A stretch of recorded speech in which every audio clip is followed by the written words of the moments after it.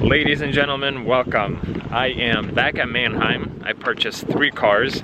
One I actually picked up yesterday off video. It's a 2014 Kia Optima. And today in this video, we're grabbing an Audi A4 Cabriolet and a Mini Cooper S. That's unfortunately an automatic, but it is the supercharged variant. Hopefully they were good purchases. It was raining really heavy yesterday, and I am so glad today. Blue skies, light wind. A good chunk of cars are gone from yesterday. Because I picked up the Kia yesterday, there's a lot more cars. So I know where the Audi is. I don't know where the Mini Cooper is. I think we'll jump in the Audi and then find the Mini Cooper, so it's going to be a little bit easier to pull it out. Here's our Audi. When I looked at it yesterday, I could hear the power steering pump a little bit. And here's the reason why I kind of bought this car. As far as I know, it is fully optioned. And this red interior is actually pretty nice. And it has 2 full keys and 1 spare, so 3 keys total. Yesterday started with no issues. We're gonna check the oil level. Yes, looks like we might need to do an oil change. We'll check that at the lot. I see coolant, so let's get her started.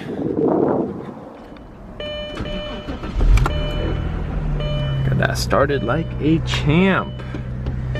And yes, we do have heated seats. No lights on the dash. We're gonna get the heater going and make sure everything is working as expected. The one thing I am curious about is if the roof works.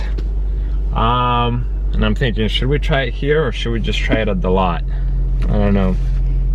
I think we'll try it at the lot, and we're gonna go look. Oh, that's very weird. We're gonna go look for the Mini Cooper. This is what's weird. We have navigation return, so we have all these buttons. So it's almost like this should have a navigation screen, but it doesn't. And why would someone go from navigation to non-navigation? Huh, very odd. I've had both cars with navigation and no navigation. But I didn't have one with no navigation with those buttons. Anyways, let's go find the Mini Cooper. There's our Mini. Let me actually see if it'll start on its own, because if it doesn't, I could at least grab a jump box since I'm here, so I don't walk here for no reason. Guys, this is a bad sign because the door was propped open a little bit. Oh, maybe not. It did start. Sweet. I was gonna say there shouldn't be any check engine lights because there wasn't yesterday. So okay, this thing starts. We're gonna leave it and then we'll come back to it shortly. And Audi is actually almost out of gas, so I'll probably need to hit up the gas station as soon as possible. Power steering pump is definitely making some noise, so either we'll have to replace that. Oh yeah, I could definitely hear it. Or maybe it's just low on fluid. We'll check soon. Waiting for my turn to show them the paperwork that I legally own this vehicle and that I could pull it out. My heated seat is working. I feel heat from the vents, so I think we're good. Just gotta check on that power steering pump. Yes, it does. This is a convertible. What do you guys think? Good? Yeah. We're gonna leave it here and go grab the Mini Cooper. The car we came on needs some gas, so I'm thinking we're gonna go back to the lot, grab a jerry can, fill up the car we came on, the Subaru, fill up the jerry can, then fill up the Audi, check the power steering fluid before we leave Mannheim, see if I need to add fluid if it's low, because I do have fluid at the lot, and then bring all that back and try to drive it to the lot. By the way, guys, if you did not know how to open the hood, it's from the passenger side. There's that. And then you have to go to the driver's side, and underneath the headlight, right here, there it is how you get the hood opened. So let's check our oil level. Oh, it looks like hood struts are weak. We do have oil, so we'll need some hood struts. Good detail on this thing. But at least let's get it started.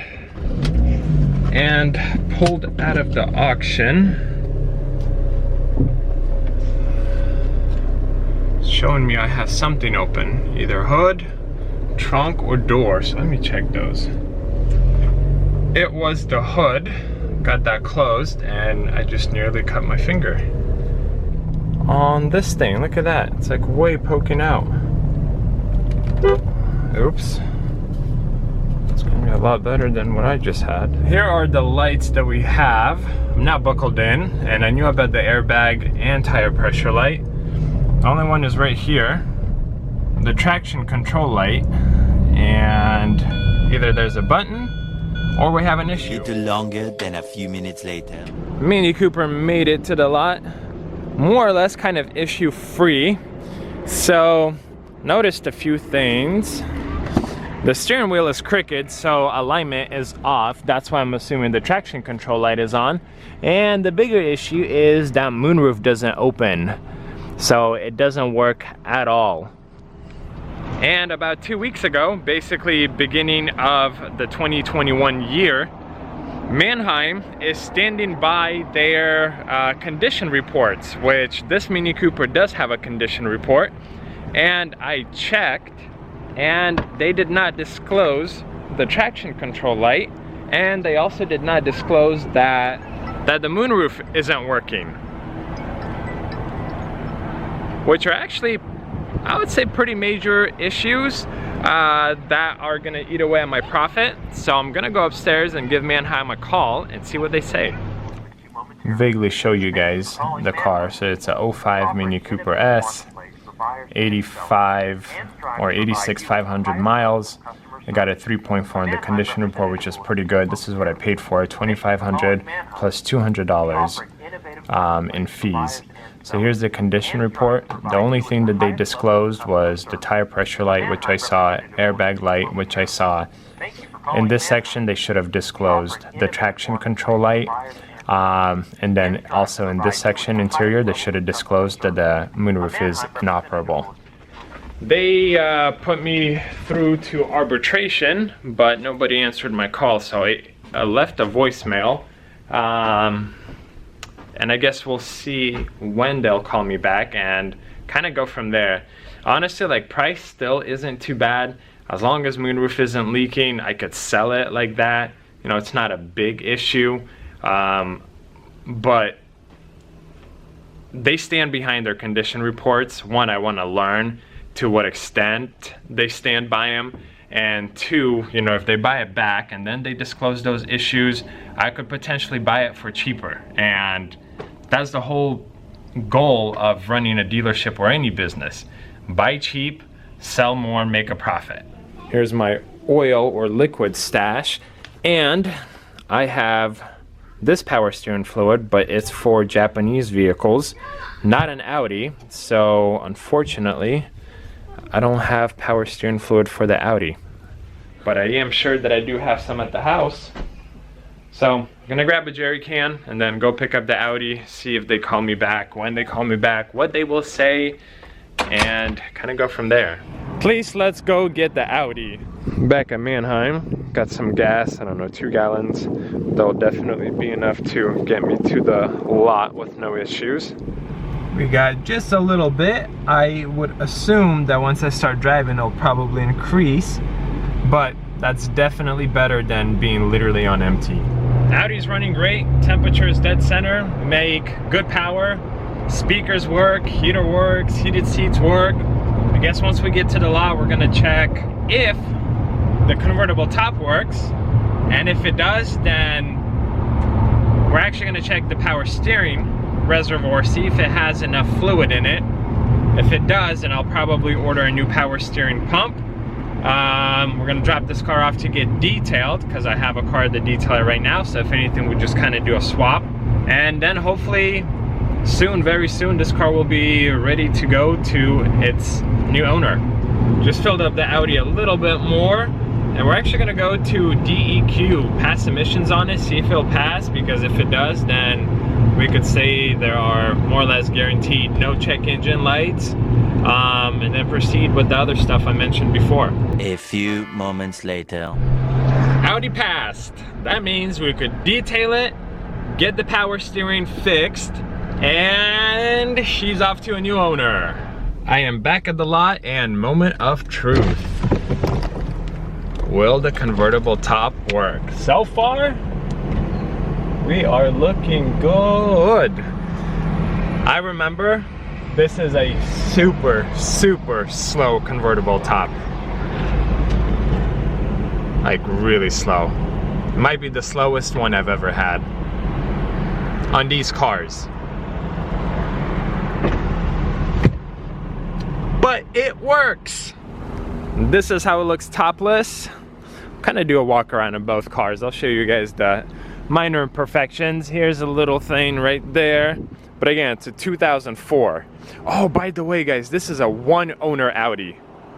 Since new, one owner. And then minor imperfection right there. Aside from that, it's pretty good. Mini Cooper looks like it's been sitting for a while. We could see some mold. If you look closer, like right here, the stripes cracked. Oh, I didn't realize I left the window open. Oh well, good thing it's not raining, huh? Wheels are kind of scuffed up a little bit. You know, another car that's used. It's not perfect by any means. But both of them look pretty good. Actually looks like this thing has a clear bra on it. It does. This one would need a good wash. Exterior.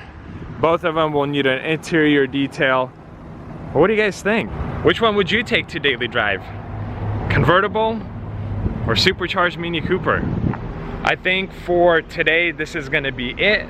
I will most likely give you guys an update on the Mini Cooper once I hear back from Mannheim. Story isn't over, video isn't over, but we're gonna take a pause here. Actually guys, we're gonna end the video here. I started to edit it.